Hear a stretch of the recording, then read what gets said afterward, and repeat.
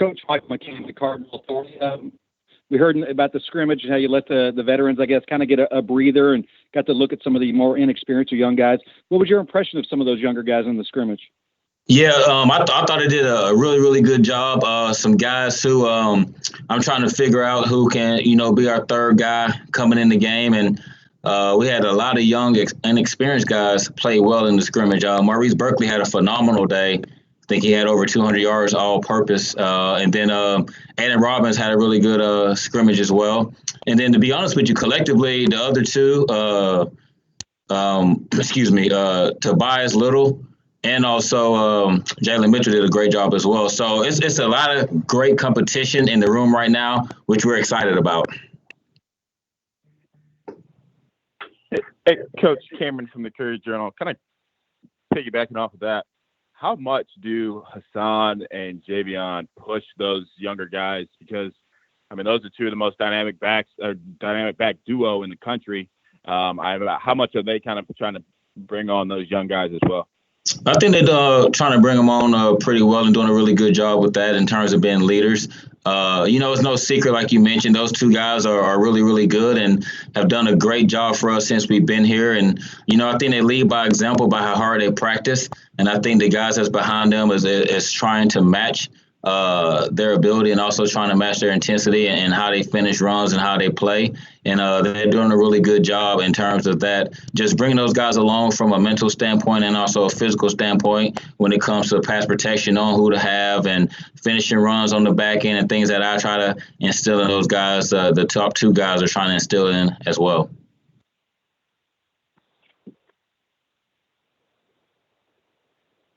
Michael McCammon in regard to Javion, when he had such a huge successful season last year, have you seen any difference in him? Is he, still pushing himself to get even better, or how's he feeling after having such a big year? Yeah, I think he's still humble. He and I talk a lot about, the preseason accolades or whatnot, and that's a compliment to what he did last season. But as you guys know, he has to kind of hit the reset button and wipe the slate clean, and has done that and has matured a little bit when it comes to that. And, every day he's just trying to get better, and what I like about him. And, when he get between those white lines, he's a competitor and he's pushing himself and he's pushing his teammates, which is really good. That's what you want to see. And he's doing a really good job with that. Coach Cameron again, what have you seen from Javion since he got back from kind of quarantine and working out at home? What has he gotten better at, you think? Well, I think just overall, he's in really good shape right now. He doesn't get tired, which is really good, and which is kind of different from a smaller back. But he doesn't get tired, and you've seen him being just as quick as he was last year. He did a great job during quarantine, working on his quickness, working on his feet, and I think how he prepared during quarantine has showed. And every practice that we've had, which has been really, really good. I know he was down in Florida, different type of heat. He had a personal trainer that he was working with that did a phenomenal job with him. And he's come back in great shape. He's come back willing to work and ready to work and doing everything we asked and doing really good in all the drills and also doing really good in all the team segments. This is Kent with WHAS 11. What is your message to the guys behind, Javion and Hassan? Because last year, they're not the biggest guys, but they were durable. They pretty much toted the load for you guys. So what is your message behind those guys, understanding there's not probably going to be many carries out there? Well, the biggest message I have for those guys is they got to compete in the moment, okay? And they have to own their rep, all right? And what that looks like is, as I mentioned, I threw them out in the scrimmage the other day to see how they were going to respond. All right. And, right now there's no secret. We got two really good backs and those guys are competing. Those guys are coming along and knock on wood, like you said, they both been durable, but, something could happen, unfortunately. And the next guy got to be ready. The next guy up, and that's how they got to prepare. And that's how they have to practice. And that's the biggest thing we talk about all the time. And I feel confident right now that those guys that's behind 1 and 2 can go out there and prove to be beneficial for this team and prove to be successful as well. Coach, mention own your reps. Certainly sounds like Maurice did that in the scrimmage, getting over 200 yards, all-purpose yards. What made him so different? Has he done anything different since the last time we saw him? What made him so effective? You know what? He just again took advantage of his opportunity. Did a really good job in terms of breaking tackles.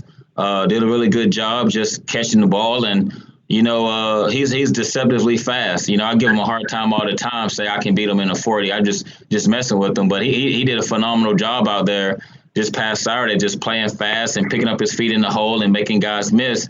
And that's something that we talk about all the time. We try to work at what I call two belt runs. And that's basically, man, you got to get in a stiff form. We got to have a jump cut. We got to have a spin move. And I think the guys are becoming more comfortable with making those runs and making those moves in team settings, not just an individual. Coach Cameron, again, when you guys first got here and saw Hawk, kind of what was your first impression of him as a back, and then did he exceed the expectations you had of him last year? Well, I would say that when we saw him last spring, we thought he could be a good back for us. We knew he had some big runs last spring, and then we transitioned to August camp, and he had some big runs as well. And it was a collective vote in my room to give him the nod to be the starter. And like I mentioned earlier, he owned it. He had to earn his playing time, and then he owned his reps in the games. And you look back at it, and he did a really good job. When it comes to expectations, didn't really know what to expect. Being the first year, we knew we had a good back in him, but did we know he was going to break the school record? Did we know he was going to rush for as many yards as he was going to rush for and do a great job and pass pro and all those things? I would say no, we didn't. But he was able to go out there and take advantage of his opportunity. And that's what I tell all these guys, man, you got to take advantage of your opportunity and you got to prove people wrong. And I think he played with a chip on his shoulder. He didn't have that opportunity the year before. And when he got thrust out there into the games, he excelled, which was good. Coach, how does his just a quick follow to that? You kind of talked about expectations. How does his expectation change now after the year he had last year, or does it at all? Our expectations in our room is to get better every single day. Okay, and if we can get better every single day, then when we look at it in December, hopefully we were last year from a statistical standpoint. But we don't really talk about goals in terms of that nature. We just take it day to day. I want them to be team-oriented guys. I think that was some of the things that helped us last year. We always talk about the other 10 in our program. And if we can focus on the other 10, then all the individual accolades will come on the back end. And that proved to be beneficial last year. So the guys was able to see that. They were able to learn from that. So we won't go into this season having any numerical expectations. But the biggest thing is to be successful on Saturdays. So that's the goal. Be great every single day and be exceptional on Saturdays. Coach Russ Brown with Kentucky Today. Getting back to the young guys for a minute. With young running backs like that, what's usually their biggest hurdle? What do you see that they have the toughest time with? I would say that the toughest thing for young backs a lot of times is pass protection. Kind of knowing where they fit in the grand scheme of things of pass protection, because, it's pretty easy to talk about it on the board. And then, we watch a lot of film. But when the bullets are flying, when it's really, really fast out there, they got to be able to decipher the calls that's being made up front and where their eyes should be. So that's probably one of the hardest things. And then not just knowing who you have, but going up and fit a guy up and doing the right things in terms of their techniques and their fundamentals in terms of making a successful block in pass protection.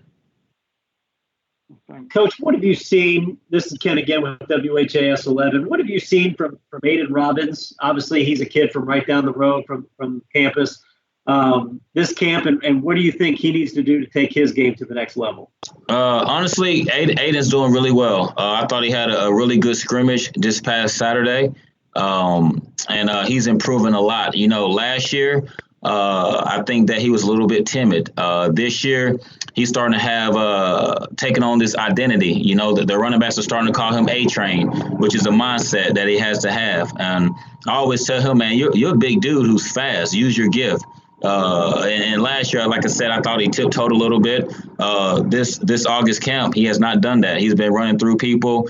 He's been getting 3, 4, 5 yards after contact. So his game is starting to turn the corner when it comes to getting some confidence. I don't think he was a confident guy last year, and that's just a transition from high school to college. There's a lot that you got to take in, but the one thing is he's starting to get confidence now.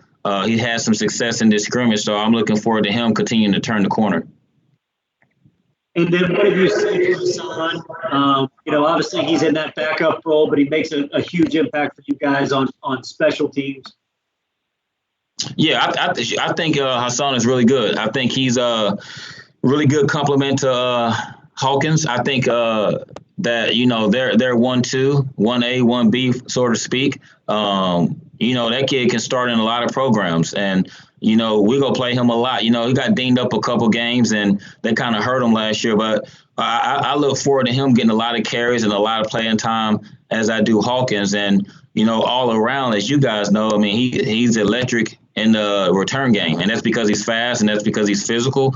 And those are some key attributes that's really good in the running back position as well. So we're looking forward to Hassan having a big year for us. And one thing about him, as I mentioned, he's fast, he's physical, and he does a great job in protection as well. So he's an all-around back and can catch. So we got really two good guys right there. And to be honest with you, I got a really good room.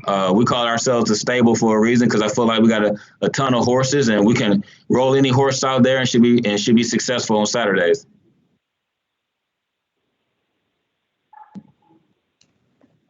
Coach, any further questions? Go ahead. Yeah, I got one more, Kenny. Kind of off Hassan. With Hassan and Javion in the same room together, kind of how have they helped each other, whether on the field or off the field? Because like you said, they're kind of 1A, 1B. I imagine they're pretty close off the field. Yeah, absolutely. The biggest thing we talk about around here is being a family, and they are, and we are. It's a brotherhood. I don't think that when it comes to those two guys, man, they're very supportive of each other. If one have a big run, the other one running down, high-fiving them, and vice versa. They're a close-knit family, so to speak, and it's been really, really good. You got some times where a guy wish he would have had more carries or wish he would have been in that limelight, but Hassan isn't like that. He supports Hawkins, and Hawkins support him, and it's been really, really good to kind of see them develop that relationship. And they compete against each other like crazy in everything they do, which also brings them together. So, when it comes to those guys, man, they're pretty much brothers. And to answer that question, like I just said, I mean, they're a family, and they love each other and compete for each other and support each other. Anything further for Coach? Great, Coach. Thanks for your time today. Appreciate it. Yes, sir. I appreciate you guys. Pause a moment to get Renato Brown with us. All right, man, debut. Bring it up.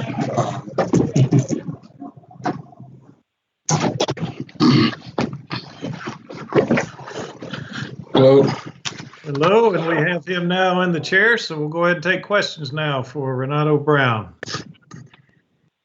Hey, Renato, Cameron from the Courier-Journal. If I'm right, you played the first 4 games last year. Just how did those 4 games help you and prepare you for the position you're stepping into this year?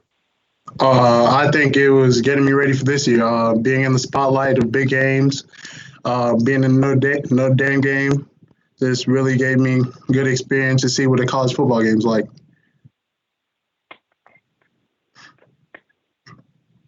And kind of follow up to that, how much did you learn from Tyler and Mackay before they kind of moved on at that tackle position? What I learned is what Coach Leffert preached: being physical, coming off the ball, and finishing people. And I really try to emphasize myself on coming off the ball, finishing, and being fast.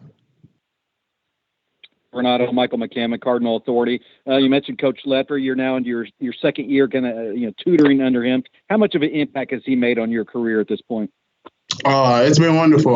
Coach Leffert's helped me with a lot, not only in the football field, but as a father figure, because last year. I lost my father, unfortunately, during the season last year, and he's just been there helping me through everything.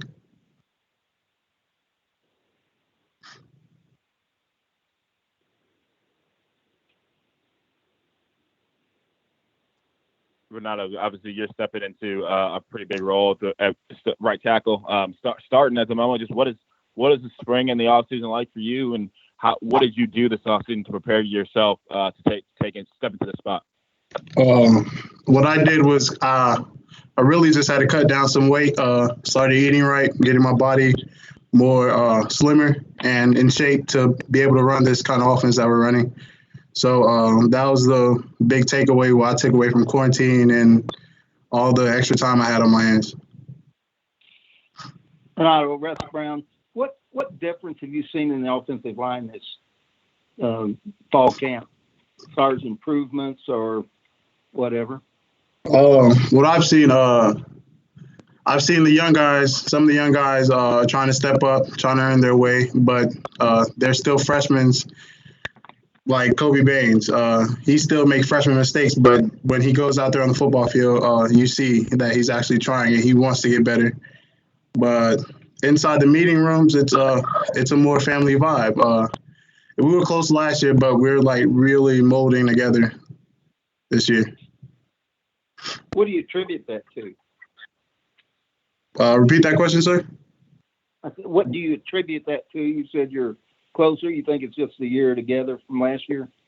Yeah, it's mostly, but we really have this wall in the O-line meeting room where we dedicate our season to. So we all have somebody up on that wall who we are, or why we want to go and who we're doing it for, basically. Renato Cameron again. Jim, you're a redshirt freshman. Do you consider yourself? I mean, do you feel like still one of the younger guys, or do you feel like kind of what you learned last year? You feel like you're a little bit more experienced than maybe your eligibility or year would show? I believe I've came a long way. I can say that with my technique and everything, I've came a long way. I consider myself one of the older guys, but I still know I have work I have to do to get better. When the season ended last year, did Coach Ledford tell you that, listen, you have a chance to step into this right tackle spot? How much? And if he did, what did he tell you needed to work on something? The end of the season last year, he told me the spots are open. Spots are open. Go get it. You want it, go get it, and you got to act the part. Told me I got to be more physical and be more fast.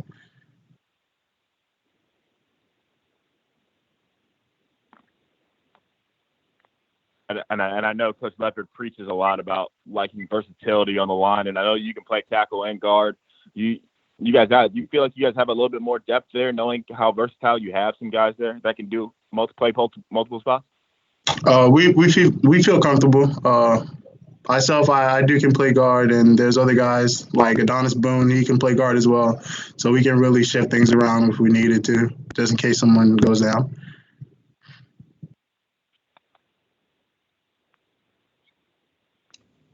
We also have Cam DeGeorge as well. Cam DeGeorge, he played a little guard at UConn. He's playing tackle now. He can do a little bit of both as well. Renato, this is Kent with WHAS 11. You kind of mentioned those first 4 games that you got in. A lot of people can tell you about the speed of the game when it comes to college. I mean, how much was that almost like an eye-awakening moment for you to be able to see that difference, even much more than even practice? It's really what I needed to understand the game and how how the speed of the game is different, because in high school I really just went out there and did whatever I want. I really have to pay attention more and make sure I can control my body to get in the right positions to make my blocks. So would it be true to say being in the fire, like that kind of taught you just how the importance of technique and everything, and knowing exactly what you need to do on every single play? Most definitely, sir.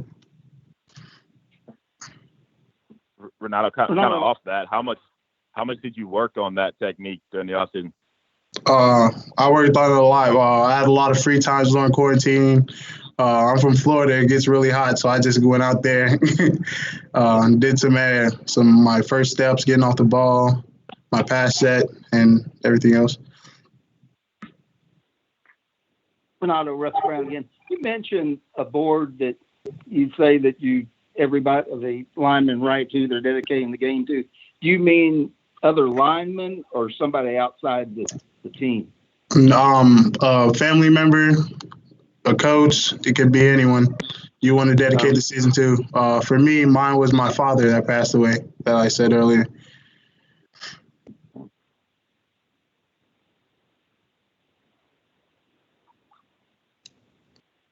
Any further questions? Yeah, one more, Kenny. Renato, obviously you're in a position where you're playing pretty early, pretty significant. You're going to play significant snaps pretty early in your career. When you got to Louisville, when you got recruited by Satterfield and the staff, was this what you envisioned, getting a chance to play meaningful snaps very early in your career?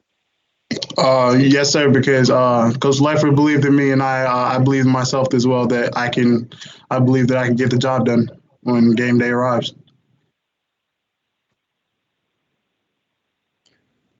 All right. Well, Renato, thank you for your time today. We appreciate it. Everybody, that will conclude our session for today. Thank you.